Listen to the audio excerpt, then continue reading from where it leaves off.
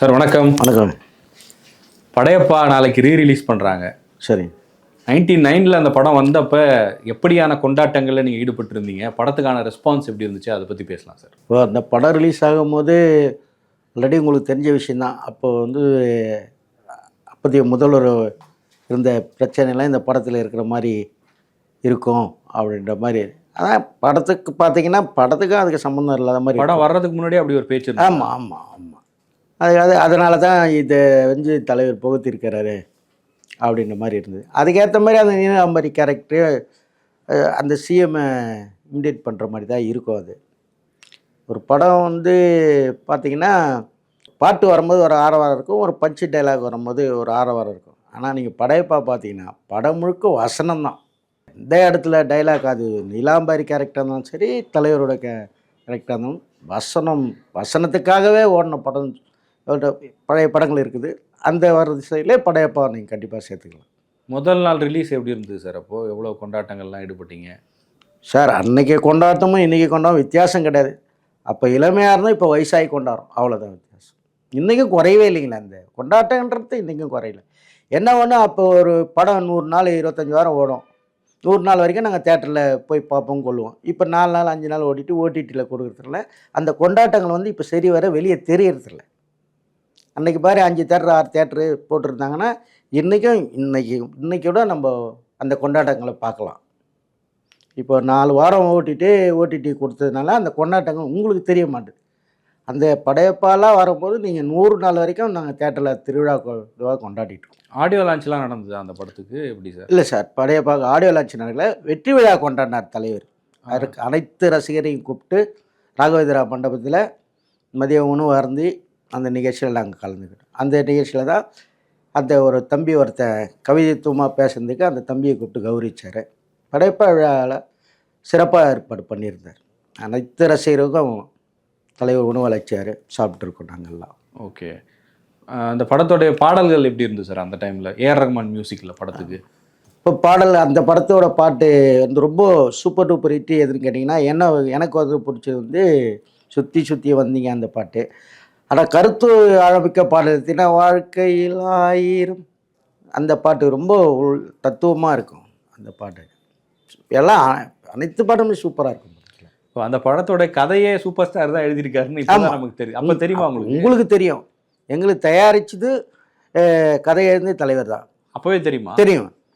தலைவர் இன்னொரு விஷயம், தலைவர் கதை எழுதிய 3 படமும் இன்றைக்கும் எந்த ஓடிடிலையோ தேட்டர்லையோ ரிலீஸே கிடையாது. முதல் முறையாக படையப்பா ரிலீஸ் பண்ணுறாரு. எந்தெந்த படம் சார்? அவர் வள்ளி, பாபா, படையப்பா, இது 3 அவர் கதை எழுதிய படங்கள். கதை தயாரிப்பு.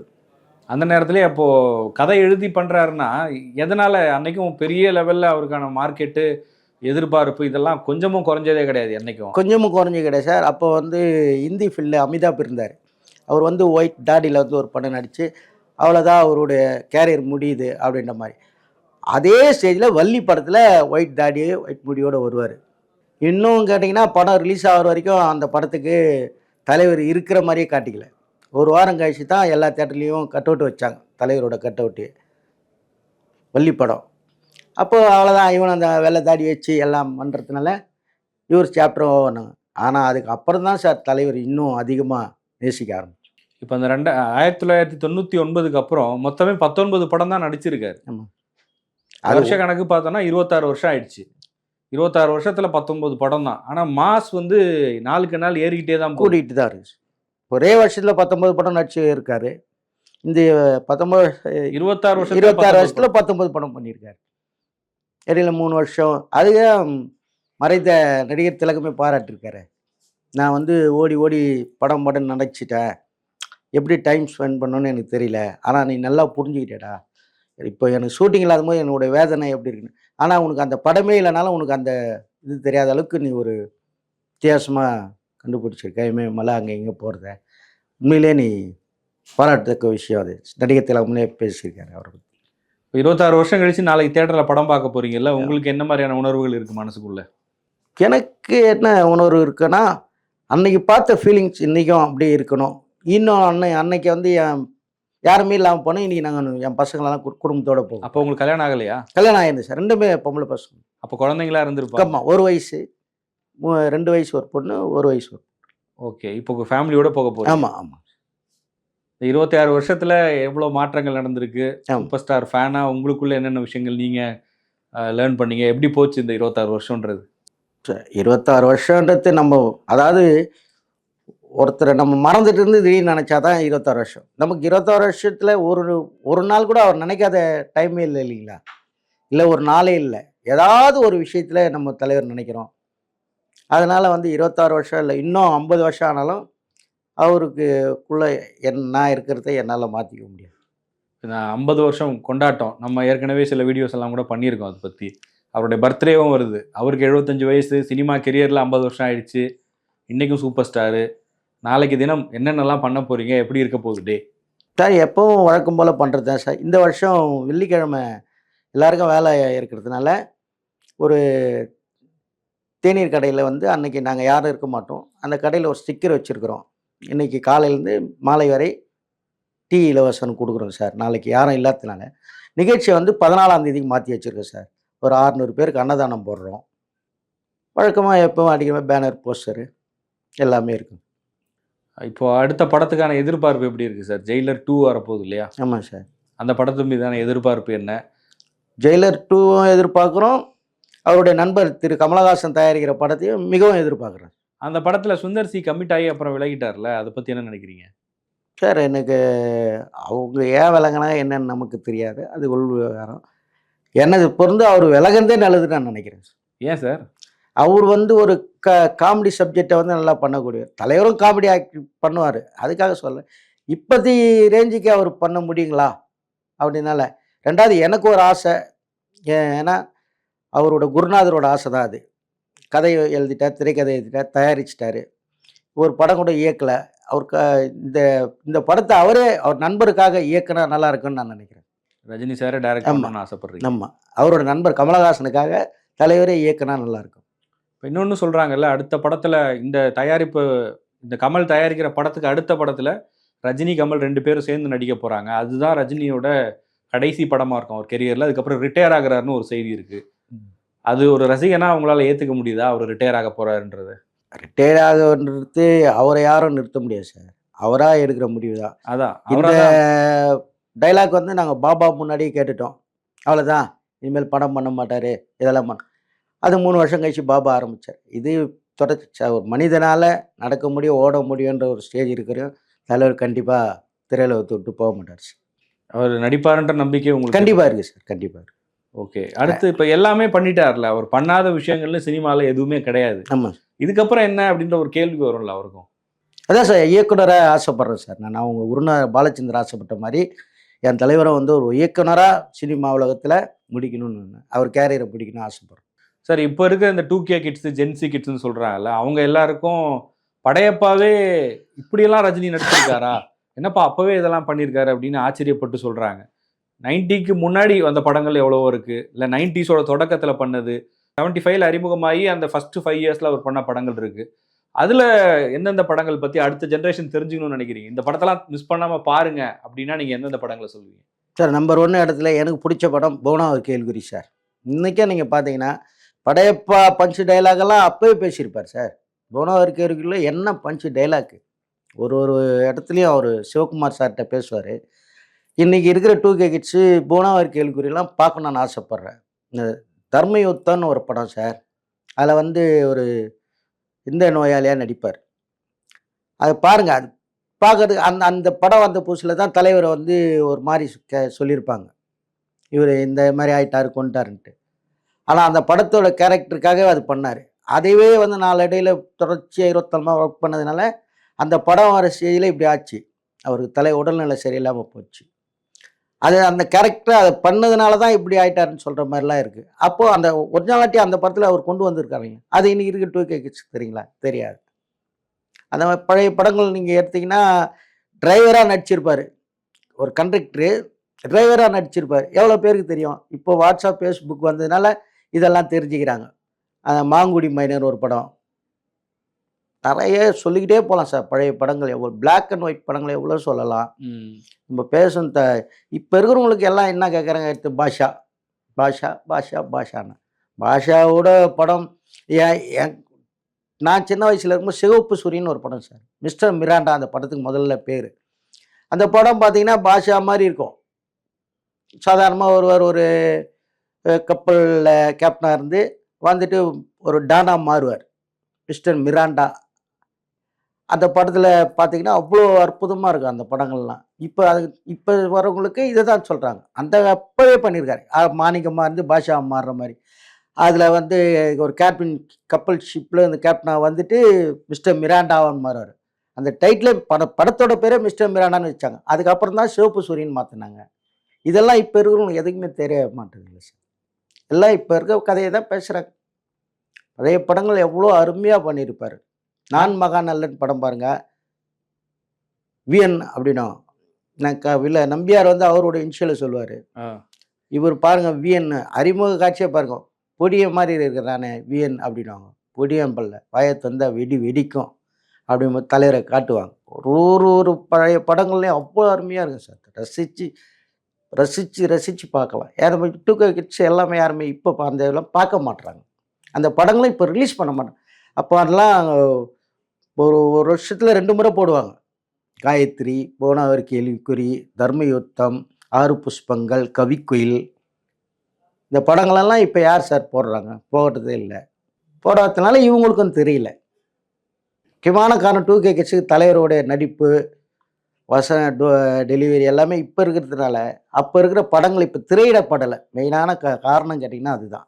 அது திரையிட்டாங்கன்னா தலைவரோட 50 ஆண்டுகளில் இதில் எவ்வளோ படங்கள் இதுக்கு முன்னாடி பண்ணியிருக்காருன்றது கண்டிப்பாக தெரியும் சார்.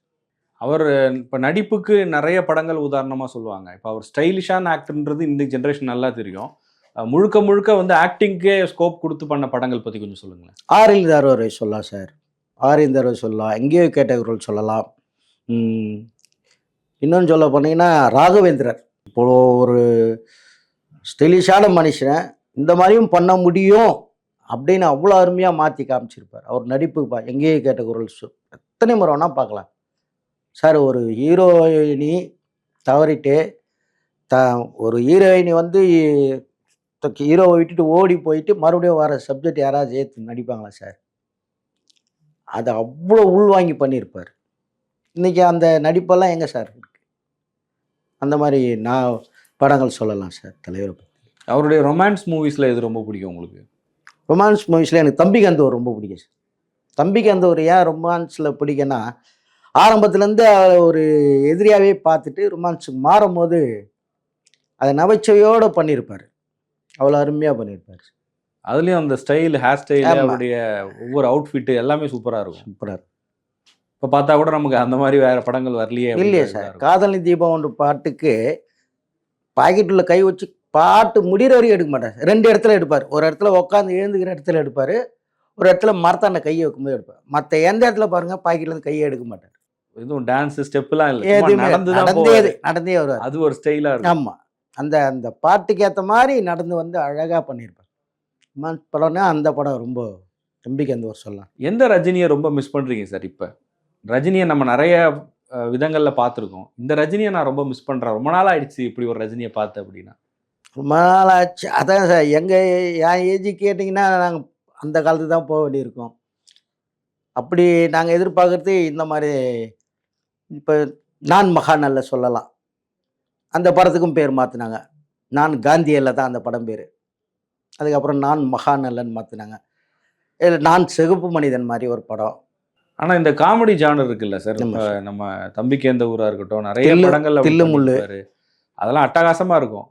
அந்த ரஜினியை பார்க்க முடியலன்னு எனக்கு ஒரு இது. இப்போ ரீசெண்டாக எல்லா படங்களுமே வந்து ஆக்ஷனு, வெட்டு குத்து, அடி தடி, இந்த 2K கிட்ஸு ஜென்சி கிட்ஸுக்கு பிடிச்ச மாதிரியும் பண்ணுறாங்க. ஆனால் அந்த ஹியூமரஸான ஒரு ரஜினி இருக்கார்ல. ஆமாம் சார். அதில் எந்தெந்த படங்களில் பீக்குக்கு போயிருப்பார் சார்? காமெடினா இந்த படம் தான்ப்பா ரஜினி இது அப்படின்னு நீங்கள் சொல்கிற மாதிரி. காமெடினா நீங்கள் அதான் நான் சொன்ன படம் தம்பி கந்தூர் இருக்குது, தில்லுமுள்ளு இருக்குது, குரு சிஷியன் இருக்குது. ஆனால் இப்போ ரசிகர்கள் வந்து எந்த மாதிரி ரஜினியை அதிகமாக, இப்போ ரஜினினாலே பிடிக்கும், அது டவுட்டே இல்லை. அவர் ஒரு பொது நிகழ்ச்சிக்கு போனால் கூட நீங்கள் போய் பார்க்குறீங்க, அதில் சந்தேகம் இல்லை. ஆனால் அவரை வந்து இந்த மாதிரி ஒரு ரோலில் பார்க்கணும். இப்போ வேட்டையன் பண்ணார், அது ஒரு ஜானரில் இருக்குது. அதில் சில பேருக்கு வந்து அவர் இந்த மாதிரி இஷ்யூலாம் எடுத்து பண்ணுறது, அவரை நாங்கள் இப்படி எதிர்பார்க்கலன்னு சில பேர் சொன்னாங்க. கூலி பண்ணும்போது அவர் வந்து ஒரு ஃபேமிலியாக போய் பார்க்க முடியல, வயலன்ஸ் அதிகமாக இருந்ததுனால ஏ சர்டிஃபிகேட் வந்துருச்சு.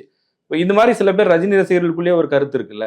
அப்போ இப்போ சமீபத்தில் வந்த படமே எடுத்துப்போமே, இந்த மாதிரி கதை தான் ரஜினிக்கு வேணும் நாங்க அப்படின்னு எதை எதிர்பார்ப்பீங்க? ஏன்னா நான் ஒரு பழைய வீடியோ ஒன்று பார்த்தேன். சுந்தர் சி முன்னாடி பேசியிருக்காரு. நாங்க அந்த மாதிரி ஸ்ரீதர் சாரோட ஒரு படத்துல நான் இளமை ஊஞ்சல் ஆடுகிறது, அதுல வந்து அவர் கையெழுத்து போட சொன்னா இவ்வளவு பெரிய பென்சில் எடுத்து வந்து கையெழுத்து போட்டாரு. கேட்டா என் ஃபேன்ஸ் பிடிக்கும்னு சொன்னாரு. அப்படி வந்து அவர் ரசிகர்களுக்கு பிடிச்ச மாதிரி பண்ணக்கூடிய ஒரு ஆக்டரா தானே இன்னைக்கும் இருக்காரு. அப்போ ரசிகர்கள் நீங்க வந்து சொல்லணும்ல, என்ன மாதிரி உங்களுக்கு இப்போ இந்த கேட்டகரியில இந்த அவருடைய ஏஜ்ல இப்போ இருக்கக்கூடிய அட்மாஸ்பியர்ல என்ன மாதிரி படம் எதிர்பார்க்குறீங்க? சார் இப்போ அதை நீங்கள் அந்த கேள்விக்கு பதிலே சொல்லிட்டீங்க. நீங்கள் ஏஜ் ஆகிடுச்சுனால நாங்கள் எதிர்பார்க்குற மாதிரி அவரால் கொடுக்க முடியுமான்ற ஒரு சூழ்நிலை இருக்கு இல்லைங்களா? அதுக்கேற்ற கதைகள் அமையணும், யதார்த்தங்கள் இருக்கணும். அதுதான் மெயின் முக்கியமான காரணம். அவர் இப்போ வேகமாக கூட இப்போ நீங்கள் கேட்ட கேள்வி கூலியில் டான்ஸ் மாஸ்டரில் பண்ண முடியுமாங்க? பண்ணலான்ட்டு அந்த உடலும் ஒத்துழைக்கணும் இல்லைங்க சார். இப்போ அடுத்த வாரிசு பாட்டு மாதிரி அவரால் ஆட முடியுங்களா? ட்ரம்பட்டு வாசிக்கும் போதே அந்த ஃபஸ்ட்டு பாட்டுக்கு காட்டுறாங்களா இல்லையா, மியூசிக் போடும் போதே அவ்வளோ நாங்கள் ஆட்ட ஆரம்பிச்சோம். அதுக்கப்புறம் தான் தலைவரை காட்டும்போது கையை இப்படி மேலே தூக்குவார் இல்லைங்களா? அந்த மாதிரி இந்த ஏஜில் தூக்க முடியாது இல்லைங்களா? அதையும் நம்ம பார்க்கணும் இல்லைங்களா? நம்ம அவருடைய நலமும் முக்கியம்னு நினைக்கிறோம். படங்கள் புரட்டும் சார். மைடியர் குட்டி சத்தம் ஒரு படம் பார்த்தீங்க இல்லையா? அதில் வந்து இந்த படம் இந்த கண்ணாடி வந்து 3D கண்ணாடி, இதை தொடக்கூடாது, இதை போட்டுட்டு இந்த டைம் பார்க்கணும், போகும்போது கொடுத்துட்டு போயிடுங்க அப்படின்னு ஒரு ஓப்பனிங்கில் சொல்லுவார். அந்த கண்ணாடி போட்டு பேசுறதுக்காகவே படம் பார்த்துக்கோ நாங்கள். இப்போ அவர் எப்படி பண்ணாலும் பார்க்க நாங்கள் ரெடி தானே சார். அவருடைய ஏஜுக்கு ஏற்ற மாதிரி அவர் என்ன பண்ணாலும் நாங்கள் பார்க்க ரெடி. இப்போ நீங்கள் சமீபத்தில் படம் வந்து இப்போ பிரதீப் ரங்கநாதன் ஒரு புது ஹீரோ வந்துட்டாரு, புது புது நடிகர்கள் வந்துக்கிட்டே இருக்காங்க. இப்போ கம்ப்ளீட்டாக வேற மாதிரி மாறிடுச்சு சினிமாவே. நீங்கள் சொன்ன மாதிரி ஓடிடியில் அதிகமாக படம் பார்க்க ஆரம்பிச்சிட்டாங்க. இப்போ ஒரு ரீரிலீஸ் வருது, இல்லை இப்போ அடுத்தடுத்து படம் வருது அப்படின்னா எந்த அளவுக்கு அது இந்த ஆடியன்ஸால ரிலேட் பண்ணிக்க முடியுன்ற ஒரு கேள்வி வருது இல்லை? அவங்க இப்போ இருக்கிற ஆடியன்ஸு ஏற்றுப்பாங்களா அப்படின்ற ஒரு கேள்வி கேட்குறாங்க. அதான் சார், ஏற்றுக்க வைக்கிற சூழ்நிலை இப்போ இல்லைங்களே சார். திரையரங்கத்தில் வந்து இந்த தலைவர் நான் சொன்ன படங்கள்லாம் போடுறதே கிடையாதுங்களே. மீண்டும் மீண்டும் இதே தானே போடுறாங்க. இப்போ தலைவரோட ஓன் பிக்சர்ஸ்னால படையப்பா, பாபா, வள்ளி படம் ரிலீஸ் பண்ண முடியல. வேற யாரும் அது பண்ண முடியாது, ரைட்ஸ் வாங்கி அவர் யாருக்கும் கொடுக்கல. ஸோ படையப்பா ரிலீஸை நீங்கள் பாருங்கள், அப்போ தெரியும் உங்களுக்கு என்ன இது. இன்னும் வந்து லோக்கல் சேனல் டிவி சேனல்ஸில் டெய்லி தான் போடுறாங்க. வாரத்துக்கு ஒரு முறை, மாதத்துக்கு ஒரு முறை இந்த படங்கள்லாம் போடுறாங்க. நீங்கள் பாருங்கள், நாளைக்கு ரீரிலீஸ் அன்றைக்கி வந்து பாருங்கள். நமக்கு சப்ஜெக்ட் என்னென்னா தேட்டரில் இங்கே படங்கள் போடுறதில்லை. இப்போ போடாததுனால தலைவரோட நடிப்பு தெரியல, தலைவரோட பழைய படங்கள் பசங்களுக்கு புரியல. இப்போது டிவியில் போட்டால் என்னப்பா இது, இப்போ என் பொண்ணே எடுத்துங்க, தளபதி எப்பா ஸ்லோ மூவி அந்த படம் ரிலீஸ் ஆகி பார்த்துட்டு 2வது முறை போகிறாங்க. அந்த மாதிரி எவ்வளோ ரசிகர் மாறக்கூடிய வாய்ப்பு இருக்கு இல்லைங்களா? இந்த படங்கள்லாம் பார்க்கும்போது அதிகபட்சம் என்ன 5 ரூபா 2 ரூபா இருக்கும் சார். இப்போது ஒரு குடும்பம் போனோன்னா எவ்வளோ ஆகுன்னு உங்களுக்கே தெரியும். அதையும் இப்போ மைண்டில் வச்சு பார்த்த பாரத்துக்கு ஏன்டா எவ்வளோ விளம்பரம் பண்ணி. இப்போ படையப்பாவே 190 ரூபா. இப்போ நாங்கள் 4 பேர் போட்டோன்னா 800 ரூபா. டிவியில் போட்ட படம் தான் ஏன்பா போகிறேன். நான் கேட்க மாட்டேன், என் மகள் கேட்க மாட்டாங்க, மனைவி கேட்பாங்க இல்லைங்களா? டிவியில் போடுற படத்துக்கு ஏன் எவ்வளோ, அதோட தாக்கம் என்னன்றது அவங்களுக்கு தெரியல. உங்களுக்கு ஒரு கொண்டாட்டம் தானே அது. ரஜினியோட பிறந்தநாள் அன்னைக்கு போய் பார்க்க எனக்கும் கொண்டாடம். அவங்க குடும்பத்தில் சும்மா சொல்லிக்கிறது, அதாவது கேட்கல கொள்ளன்றது இருக்கக்கூடாது இல்லைங்களா? முதல்ல கிளம்புறதே அவங்க தானே. முதல்ல ஆன்லைனில் புக்கிங் பண்ணிட்டோமான்னு காட்டுறாங்க இல்லையா? எத்திரிப்பா நீ வரியாப்பா எங்கள் கூட, இல்லை நாங்கள் போட்டோமா? அந்த மாதிரி இருந்துட்டு தான் சார் இருக்காங்க. ரசிகர் தலைவரை வந்து யாருமே நேசிக்காத ஆளுன்னு ஒருத்தர். நீங்கள் எப்பேற்பட்ட நடிகர் கூட எடுத்துங்க, தலைவரை நேசிக்காதவங்க, தலைவர் நேசிக்காத யாரும் கிடையாது. எந்த ஒரு இப்போ நம்ம ஒரு கட்சியில் இருக்கனா நீங்கள் என்ன பண்ணுவீங்க, அவன் அந்த கட்சிக்காரன் பேசாத, நீ இந்த கட்சிக்காரன் பேசாத, ஒன்றா நிற்க கூட மாட்டாங்க. அவர் வராரு ஓரம் போயிடலாம், நீ வராரு போயிடலாம். ஆனால் தலைவர் ஒருத்தர் வராருன்னா அனைத்து கட்சிக்காரன் பார்க்குறான் இல்லைங்களா? அதுதான் சார் தலைவரோட இது. நாளைக்கு சூப்பர் ஸ்டாரோட 75வது பிறந்த நாள், என்ன சொல்லணும்னு நினைக்கிறீங்க அவருக்கு? நாளைக்கு டே எப்படி இருக்க போகுது ரஜினி ஃபேன்ஸ்க்கு? சார், எங்களுக்கு எப்போவே படம் ரிலீஸ் ஆகிற தேதியும் அவரோட பர்த்டே வந்து சார் பண்டிகை நாட்கள் மாதிரி. நாளைக்கு எங்களுக்கு வந்து சிறப்பான தினம். அதுவும் இல்லாமல் 51வது ஆண்டில் அடி எடுத்து வச்சு திரையுலக பயணத்தில் இருக்கார். அதற்கும் 75வது பிறந்த நாளுக்கான என் தலைவனுக்கு வாழ்த்த வயதில்லை வணங்குகிறேன். நன்றி. நன்றி சார்.